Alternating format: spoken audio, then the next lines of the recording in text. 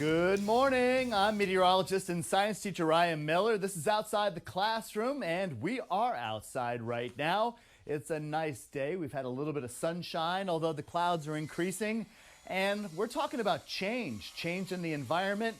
I've got change going on behind me right now with some construction that's occurring here.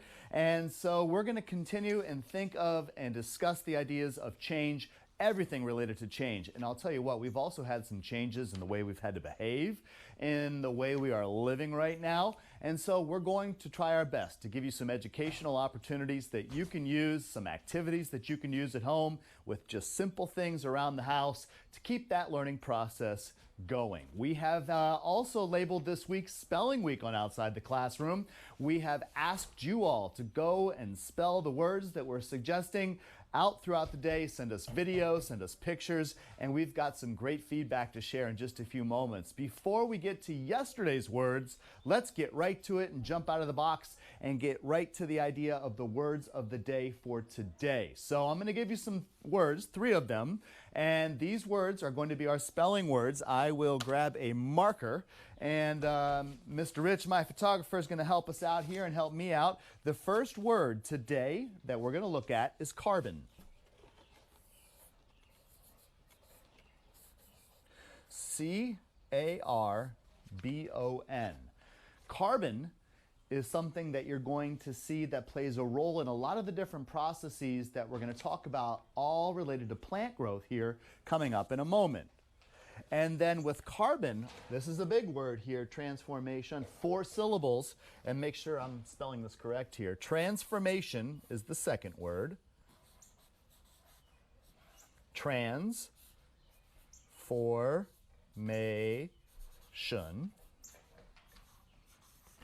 That's our second word. So I know we made a big jump here between carbon right to transformation.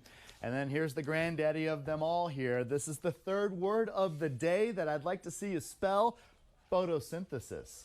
Photosynthesis is also a key part of change, especially with plants. So photo, syn, Y-N-T-H-E-S-I-S. These are our 3 words today that we're going to ask you to spell and share and show us that you can spell them, and we'd love to share and show your photographs with everybody that's watching. So thank you. We are looking at spelling, we're looking at change, and I'd love to share with you right now some pictures that were sent to us, and it's easy to connect. We've got Facebook Live, we're on Instagram, we're on Twitter. I'm at Ryan Miller _WX. Easy for me to remember, right? And if it's hard for me, it's probably hard for you. But the easiest way to connect with us is to go to our website, and at WJLA.com. Those are the call letters of the television station that I am grateful to work for. There is a section called Chime In. And if you click on Chime In, it will take you to a portal that will allow you to share your photographs and to share anything that you're doing to keep that learning process going while we're outside of the classroom and working through all of these things here related to education. So here we go. Let's take a look at some pictures that I'd like to share with you here. We'll pull these up full screen and start going right through a few of them here. Great image to show you here. We've got some video, and I'll let this run here for a second. Push-up challenge coming to us from Washington, D.C., keeping our physical activity going. 3, 4, 5, 6, 8, 9, 10. Whoa, keep going. All right, that's cool. We've got some push-ups going here. Now we've got some flowers to share and show. We've got beautiful pictures. This is one of our recommended activities, going out and finding some flowers, especially flowers that are in the yard. Lots of the different weeds that are growing among the grasses have lots of flowers that you can use and take a peek at, so that's a great picture. We're going to go to the next photo here, one other one that was shared with us, looking at art and how art can play a role in keeping that learning process going throughout our time away from the classroom. This is a map, actually. We talked about mapping and the connections and relationships that we have between where we live, the roads that we use and the sidewalks and trails. Thank you for sharing this map with us here, and then a couple of others that I'd like to mention as well. We've got a football going on here, and with the football, there are some amazing things that we can do with the football and with athletics. Thank you for sharing and showing some of those with us as well. And then ultimately here, we're going to continue, and teamwork really is one of the things that's going to help us to all get through this, whether it's teamwork at home or on the practice field. And we also have some students that have been working and graduating. This young lady graduates from Shepherdstown with a nursing degree. Good luck to everything that's going to be happening in your future, and thankfully you've chosen a career in medicine, and we're appreciative of your efforts. And also we've got some graduates coming in from all the various high schools. Please share, please show. We will focus on and showcase your seniors graduating this year. We'll do our best to make it memorable with respect to graduation because of all the things that are happening. Not only are we seeing change right now as people begin to graduate and go on, we've got some lambs that are being born, some baby lambs. I think they're called ewes. I don't really know my animals too well, but nevertheless, changes are occurring. We've got new animals showing up. Thank you to the folks that sent that to us here in Northern Virginia. And we really do welcome and invite you to please share and show your videos, whether it's your pets playing with water, whether it's the new lamb that was born, or the graduate from college. Please, we welcome all of the things you can share and show with us. One suggestion, if you're going to take a video, we love the horizontal videos the best. Those are one of the ways here to truly allow us to showcase the things going on, whether it's at home or in your backyard. We do appreciate you checking in with us. Chime In is certainly one of the places where you can go, and it is probably the best place.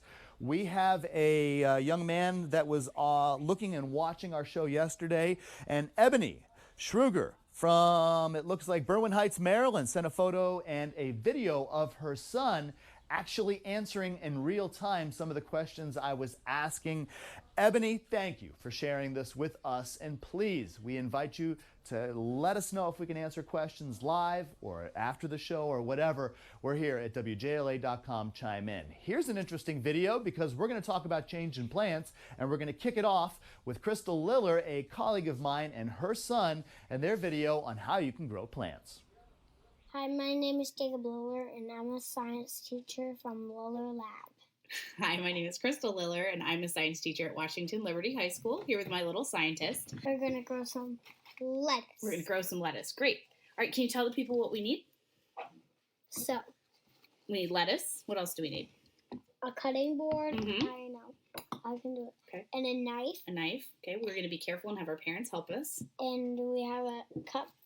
It was recycled and is a teacup.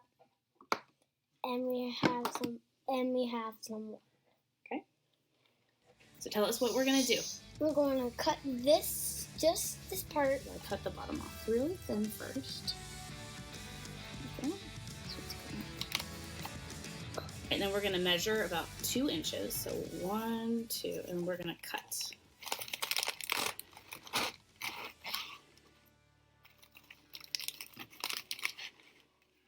And we're going to save this lettuce for later.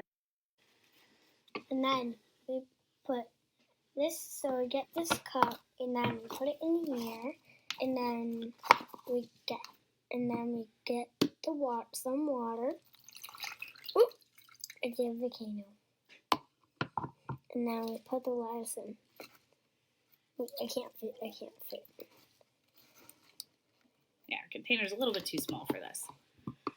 And then every day we change the water. Do you want to show people what we've done so far? 2 weeks ago. So 2 weeks ago, we cut some lettuce and we put it in water. We've been changing the water every day. And as you can see, the heart from the center has been growing up. I've read that if you take ones that have little roots on the bottom, which as you can see how this one has little roots on the bottom, we plant this in the dirt or some soil, then the whole lettuce will start to regrow. And then you just chop it off every time at the same area down here. And then it'll just keep regrowing. All right, what else have we tried? We've tried some carrots. You want to show them your carrots? What's growing out the top there? Green. Some green carrots. All right, we've just had this in some water that we change daily. And then And then these are onions. So we cut the top off of the green onions and we planted them in some dirt. It works if you just do it in some water as well. Yeah, and then we this is a good project for food scraps and recycles. Thank you for joining us.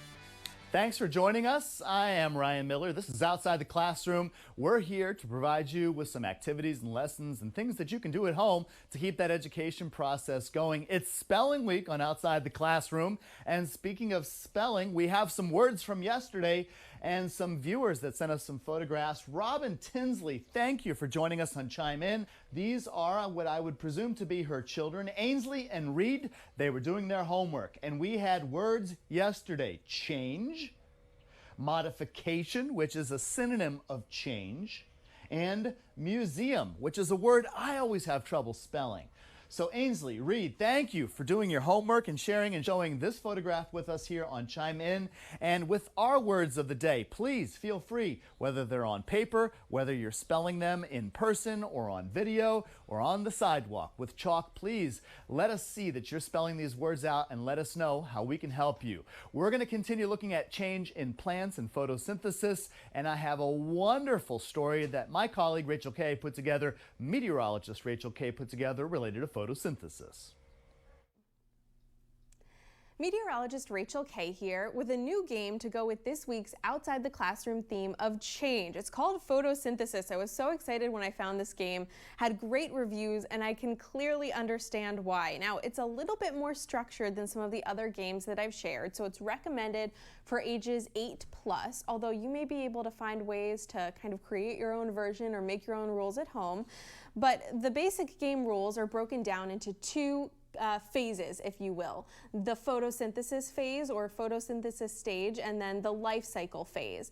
So it kind of goes along with the real world, and it's all based on light points. So we've got this sun here, and throughout the game, the sun will rotate around the earth. So in the photosynthesis phase, you're gaining light points. I set myself up here with a little kind of version of the game board, and I'm the blue trees, the pine trees. And so I would get 1 light point with this tree in the front here because it's getting the sun. Now it's a small tree and it's casting a shadow, so the tree behind it won't get any points, but this tree is taller. It's a medium tree, so it will get 2 points, and then the tallest tree here, as long as it's not in the shadow of another tall tree, would get 3 light points. So throughout the game, and as the sun is rotating around the board, you're getting light points, and then in the next stage of the game, the life cycle stage, you're using those light points to upgrade your board. So you can do things like plant new seeds. Now, if I have a small tree, the seed can only fall 1 tile away, but for a bigger tree, it could go up to 3 tiles away. So you're building your trees around the board. And then you can also use your light points to upgrade the size of a tree. So I can make my little tree here into a medium tree. To win the game, of course, you want to get as many large trees as you can on the board, and you want to use your light points to complete their life cycle, and then you'll get points based on where they are in the board. You kind of draw these cards, and the person with the most points at the end wins. So it's a really cool way to keep kids engaged, and then they start thinking about photosynthesis, the light cycle, the plant life cycle, without even realizing it while they're having fun at home. A great thing that you can try in your own living room. Thanks, Rachel. I appreciate that. That's a really interesting photo and a great way to provide a game, or I should say a really good video, and a great way to provide a game looking at photosynthesis and change as plants continue to grab sunshine and take up carbon and then photosynthesize so that we get plant growth. Speaking of growth, here's an interesting experiment that you can do at home. Any seeds that you can get a hold of here, this is an interesting seed. It's called milkweed, and I grew this in my backyard, and they call it milkweed because it's very silky. In fact, I'll show you what it looks like. The seed itself is actually the little brown thing that's attached to these fibers that feel very silky, and this is called milkweed. This is one of the plants that monarch butterflies are attracted to. So if you take, this is last year's seed, and these are the seeds from last year. I didn't realize this until someone told me. You have to put the seeds in the freezer before you plant them, or they're not going to germinate and grow a plant. So if you want some milkweed seeds, and if you can get some milkweed seeds, plant them, and then ultimately we can grow milkweed and chart and measure that growth over time. We'll have more when we return.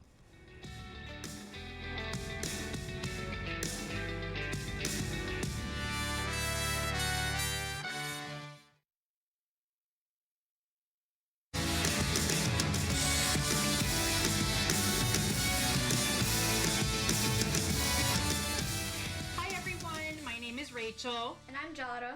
And today on Outside the Classroom, we are going to talk about different kinds of liquids, oil and water, and how they behave when they come together. So normally, do oil and water mix? No, not at all. Okay, so we're going to show you that right now. So we have some olive oil in this jar here, and we have some water here that is actually turned blue by a flower called butterfly pea flower. We just wanted you to see the difference. So Jada, would you pour some of that water into the jar so that we can show everyone what happens? So as you can see, that water and that oil are already not getting along. And the reason for that is because they just have very different properties. Sometimes oil and water do mix together. Sometimes. And yeah, you get something called an emulsion, which can be a cream, it can be a lotion, it can even be a sauce. There are even emulsions in food. But as you can see, we have to get from here to here. And we do that in two ways. We have to use agitation. So I have a blender here, which will shake it up real good so that it mixes them together. But if we only use agitation, do you think they're going to stay together? No. Probably. Okay. So we're going to show you what happens if you only rely on agitation. So we have a little lid for our jar here.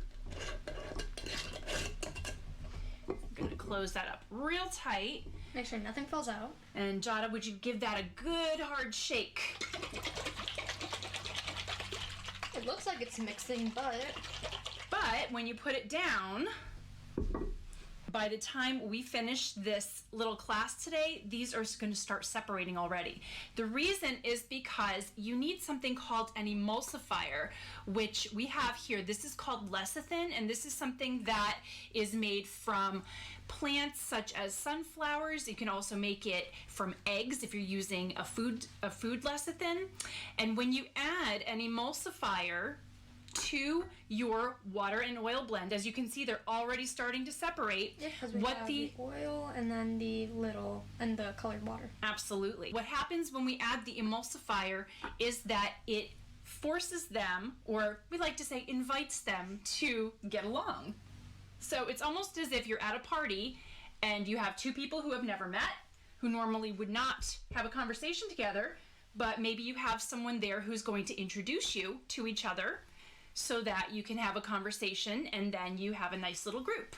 So that emulsifier would be the person who is introducing the two people at the party who don't know each other. So the emulsifier in our case here is going to introduce the water and the oil and encourage them to stay together. Okay?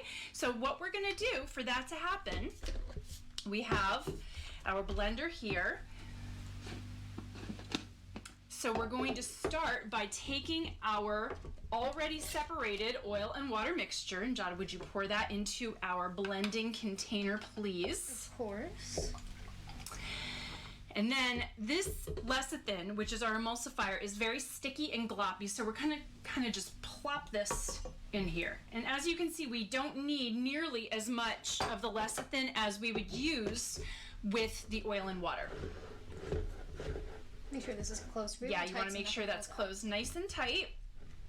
And then we are going to add the emulsifier and the agitation from the NutriBullet and hopefully end up with what you see here, which is a lotion. Okay, So we're going to see what we came up with. And look at that. It's amazing how something this blue and that oil, when you add agitation from a blender plus the emulsifier, which was that sticky brown, gives you this beautiful kind of greenish white cream. So this is called an emulsion, and now the oil and water will stay together because what helped them? Our emulsifier. Our emulsifier, which was lecithin. So thank you so much for watching Outside the Classroom today. We hope you enjoyed learning about emulsions. Rachel, thank you so very much for sharing that video with us. And please, you can share your videos with us at WJLA.com/chime in. We want to see what you're doing at home. Bring us some chemistry, bring us some physics. Well, we've got some sunshine out here right now, just a little bit of it. Here's an idea for you. You can actually get and make a sundial at home as long as you have a straight edge and as long as you can find north. Well, you can start to set up a sundial. We've got some video going here of a sundial I did yesterday, and you can chart the change in the sun as it moves across the sky because the earth is spinning and rotating, and then you can use the shadows that are cast by something that's vertical to actually figure out the time. Now, right now I have a shadow that's showing up here, and that's actually about correct. It's 9:30 here in our time in DC, but if you are in daylight saving time, and if you are actually in a state that represents and uses daylight savings time, saving time, then you would add an hour. So we're at about 10 o'clock here according to the sun, which is roughly about the exact time. So build a sundial, send a picture to us, and we can all tell time together.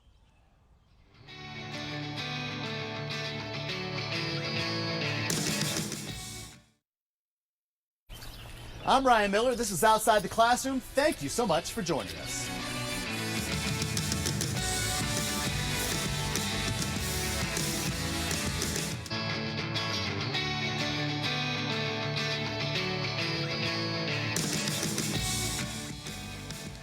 Good morning. It's Outside the Classroom. I'm meteorologist and science teacher Ryan Miller. We're outside today. It's a gorgeous start to our day today, and we are all about change this week on Outside the Classroom. That's the theme of the week. Change as it happens in nature, the environment, mathematics, science, literature. I'll tell you what, if you can give us an example of change and work it into any of those subjects or something I didn't mention, we'd love to hear from you. We're at WJLA.com/chime in, and we have a new resource that you can go to and watch the shows and go back and look at some of the shows that we've done in the past. There is an app now that's just been released. It's called STIRR, STIRR, and STIRR is a great app that you can download, put on your phones, and watch all of the episodes of Outside the Classroom or go back to a segment and keep those learning activities going. We are looking at change as it happens outside, in nature, as I mentioned here, and even the sun. Sunshine changes as the earth rotates, and you can actually and easily make a sundial at home. All you need is some sidewalk chalk and a way to find north on a compass, and you can make a compass that's very easy if you take a magnet from your refrigerator and rub it against a paper clip and float that paper clip in some water. It'll point to the north here, but we are building and looking at change, and over time here, when we come back, we'll take a look at and see how far the sun has moved in the sky as the earth rotates here at the end of this show. So we're looking at change. Words change, books change, literature changes here. And one of the things I'd like to introduce you to right now is a colleague of mine, Donna McConnell, and she is wonderful at explaining some of the changes that occur when you take letters and words and mix things up. Hi everyone. Today I wanted to show you a little bit about what happens when words change. So I have 6 words. Let's read them together. Dance, dancer, kick, kicker, walk, walker. What do you notice about these words? If you said that dancer, kicker, and walker all end with ER, you'd be right. Did you also notice that they represent people who can do something? A dancer can dance. A kicker is someone who kicks. A walker is someone who walks. Today, I want to teach you how to change a verb into a noun by adding ER. Let me show you what I mean. Let's start with the word build. What happens when I add ER to the word build?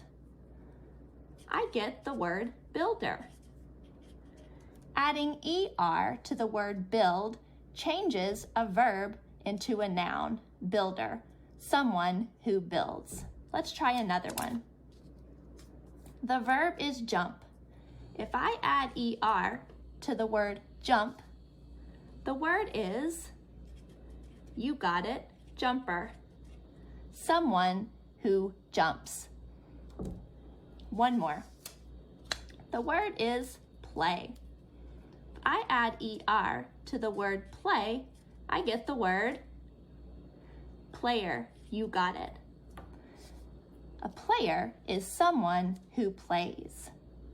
So you can take a verb like build, jump, or play, add ER, change the word into a noun to mean a person that does that thing, like a builder, a jumper, or a player. Thanks for learning with me today outside the classroom. Donna, you're a rock star. Thank you so much for sharing that with us. And I'll tell you what, you can put the ER in front of or behind words. I should say not in front of words.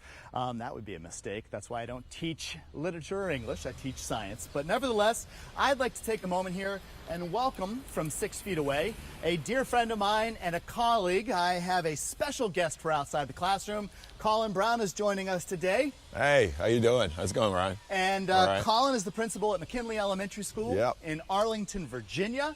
And Mr. Brown is going to help me spell the words of the day out here on the sidewalk. So our special guest is here to read some of these words. You got it. The first word of the day is photosynthesis. Photosynthesis. Mr. Brown, if you could help spell that for me. You got it. You got it. P. P. H. H. O. O. T. T. O. O. S. S. Y. Y. N. N. T. T. H. H. E. E. S. S. I. I. S. S. All right. All right, we so start. My spacing wasn't exactly correct, but nevertheless, that's photosynthesis. Next word, Mr. Brown, if you don't mind. All right, we started off strong, so the next word is transformation. Oof. All right. I'll see if I can get my spacing better here.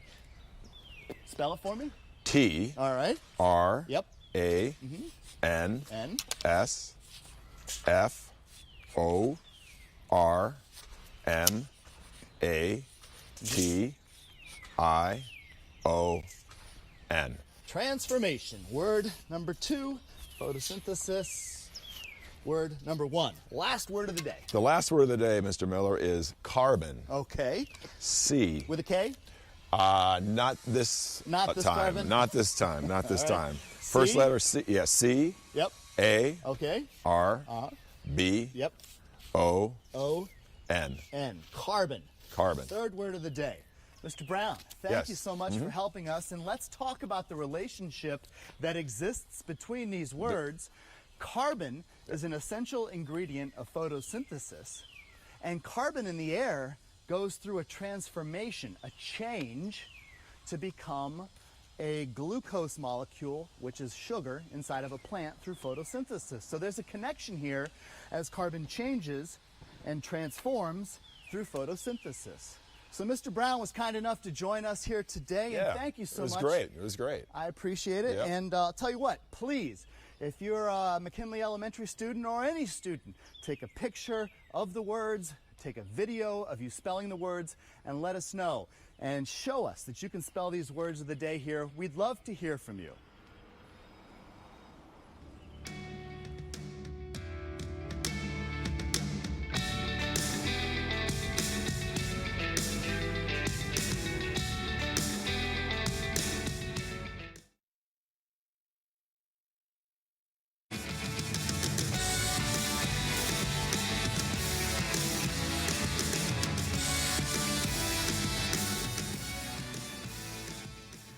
Good morning. It's Outside the Classroom. I'm meteorologist and science teacher Ryan Miller. Thanks so much for tuning in.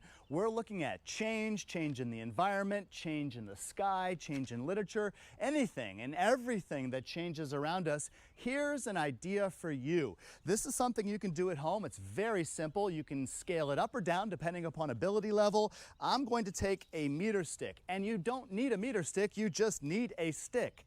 And if you take your stick, and it is exactly a certain time, it's 9:40 where I am right now recording this, but nevertheless you can do this at any time wherever you are, as long as you do it at the same time every day. So at 9:40 right now, I'm going to put my stick in the same spot, and I'm going to notice that we have a mark over here. And you can even keep the stick in the ground if you have a place where it can stay.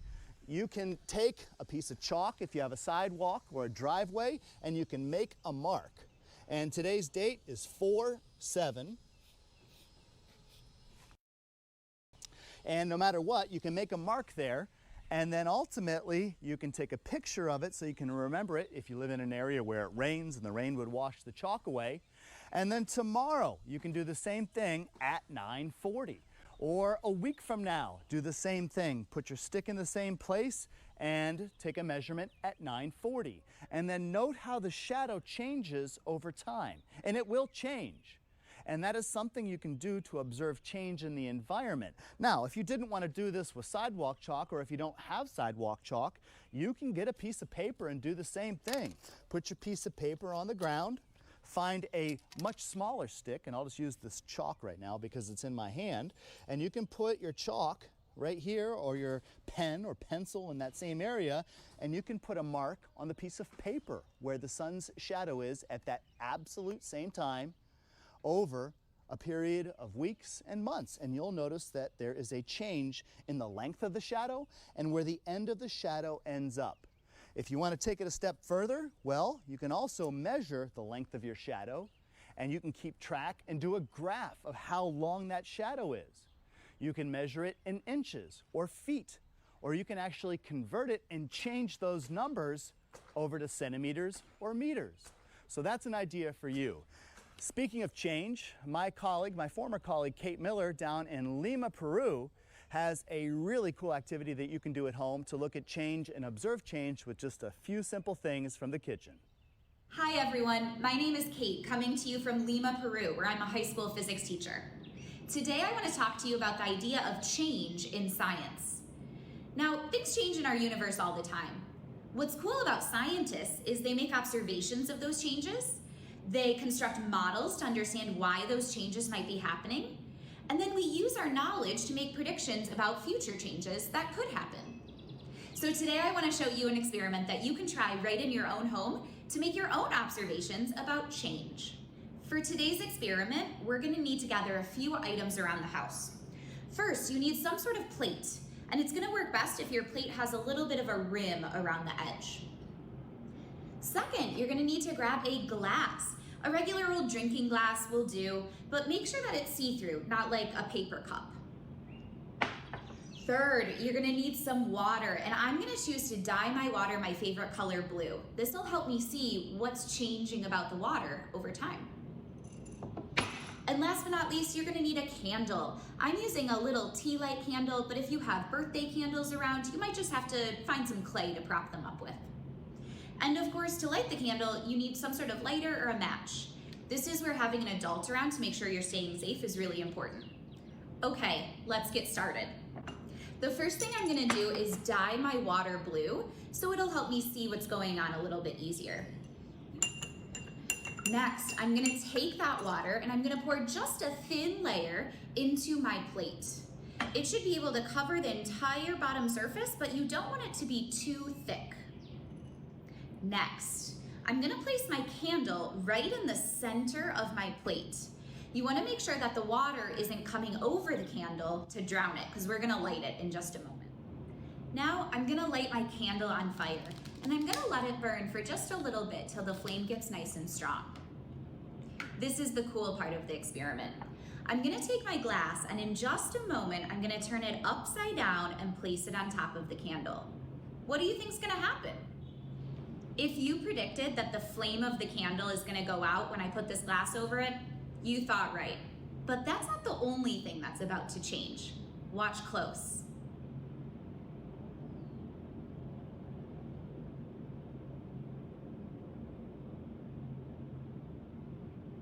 So as you thought, the candle has definitely gone out, but take a look at what has happened to the water. All of that blue liquid water has been sucked up into the glass. My candle's floating on the top now. What an interesting change. Let's try to understand that. Well, first, when we lit the candle, the air inside of the glass got pretty warm. But it didn't stay that way forever, because eventually the candle went out. At that point, the air started to cool down pretty rapidly. You can think about this like air molecules that were running around really, really fast at first in the high temperature, and then started moving slower and slower in the low temperature. At that slower motion, the air molecules weren't bumping into the sides of the glass quite as much anymore. We call that low pressure. So now we have a low pressure system inside of our glass, and outside we have regular atmospheric pressure. The outside pressure pushes the water into the glass and it gets sucked up to fill that low pressure void. I challenge you to try this experiment at home. I wonder if different glasses would produce different effects, or if different sized candles or different amounts of candles inside could make the changes bigger or smaller. How much water do you really need in the bottom of the plate?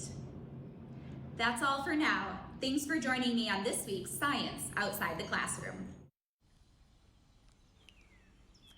And Kate, thank you so much for sharing that all the way from Lima, Peru. We're going to continue to give you some things that you could do at home, some activities, some lessons, anything to keep that learning process going here from outside the classroom. A few moments ago, we just looked at the shadow and the length of a shadow on a grid. You can do that on a much smaller scale. We have some graph paper actually. You can go to WJLA.com, look for the Outside the Classroom section of that website, and you can actually download and print out our graph paper here and keep these projects going at home, measuring the length of a shadow from a stick and measuring the location of where that shadow ends. We're going to keep track of this over time and measure how the sun's position in the sky changes over the course of the next few weeks. More when we return.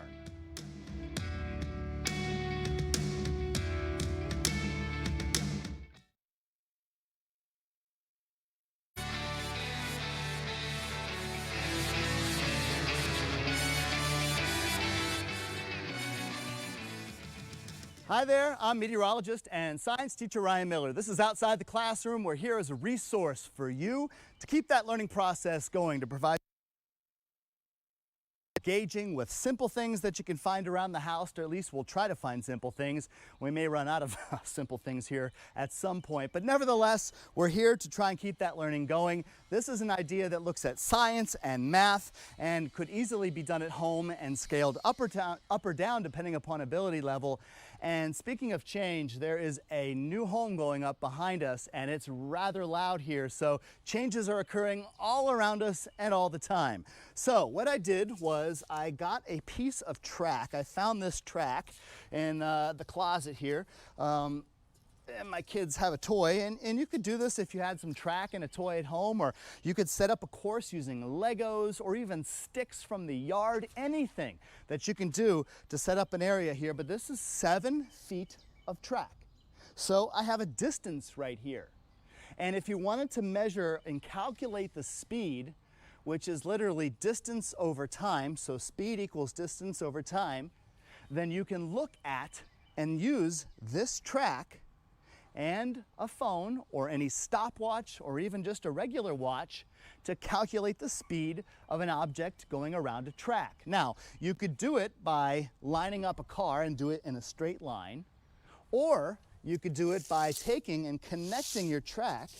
And let me see if I can connect this here. We're going to connect the track, and then keep in mind, remember, we have 7 feet of track right here. I didn't do anything to change or manipulate the track. And let me find a car here. I thought I had a car to use on the track. I'll find one in the handy bag here. Bear with me, and sorry for not being prepared, ladies and gentlemen. Of course, there's no car. My kids are, oh, there it is. I see it. So I'm going to grab a car and turn it on. And if I have 7 feet of track and I can start and make this my start line, you can use the stopwatch on a phone, and then you can time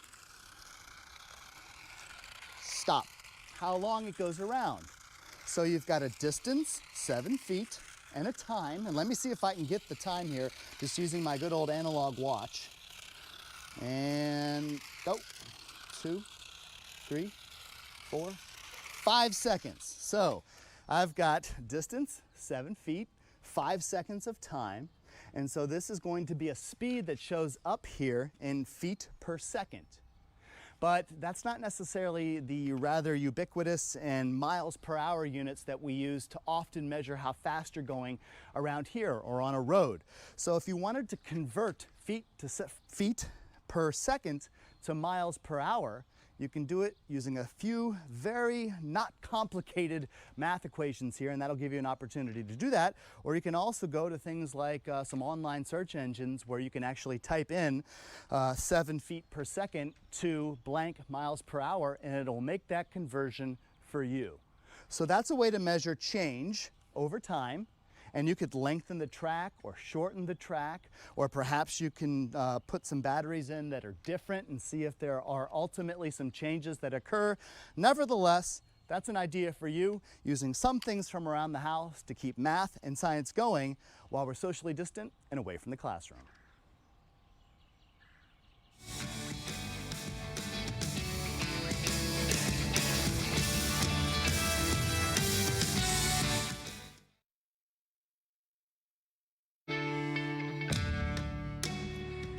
This is Outside the Classroom. I'm meteorologist and science teacher Ryan Miller, and I wanted to thank Jody Constand in Akron, Ohio for watching and interacting with us on Facebook.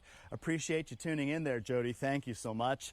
At the start of the show, we actually took and put this meter stick, in this position, and we took a look and I drew where the shadow is on the ground.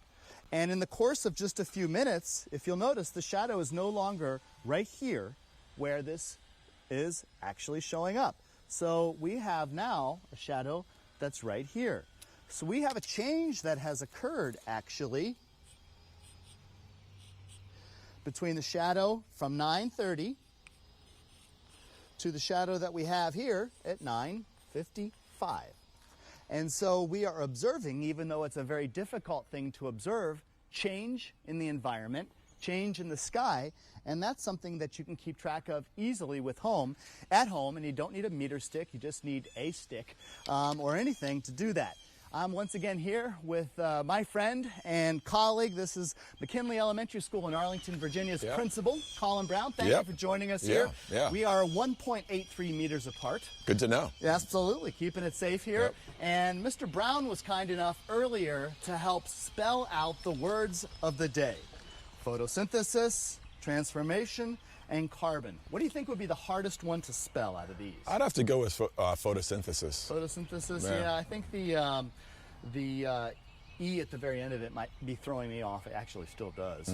So there's some words. These are some words. We've got photosynthesis, transformation, and carbon. They're all related, but please take a photo, take a video. These are our spelling words of the day, and interact with us here on Twitter, Facebook, Instagram, WJLA.com/chime in. Those are all the resources that you can share everything going on around where you live. Thank you for watching Outside the Classroom. On behalf of Mr. Brown and myself, we appreciate it. Could I add one thing, Mr. Miller? Sure. So it's a wonderful day today in that it's Mr. Miller's birthday. So talking about change, he is officially 1 year older than he was last year on this very same day. Well, thank you. Thank you.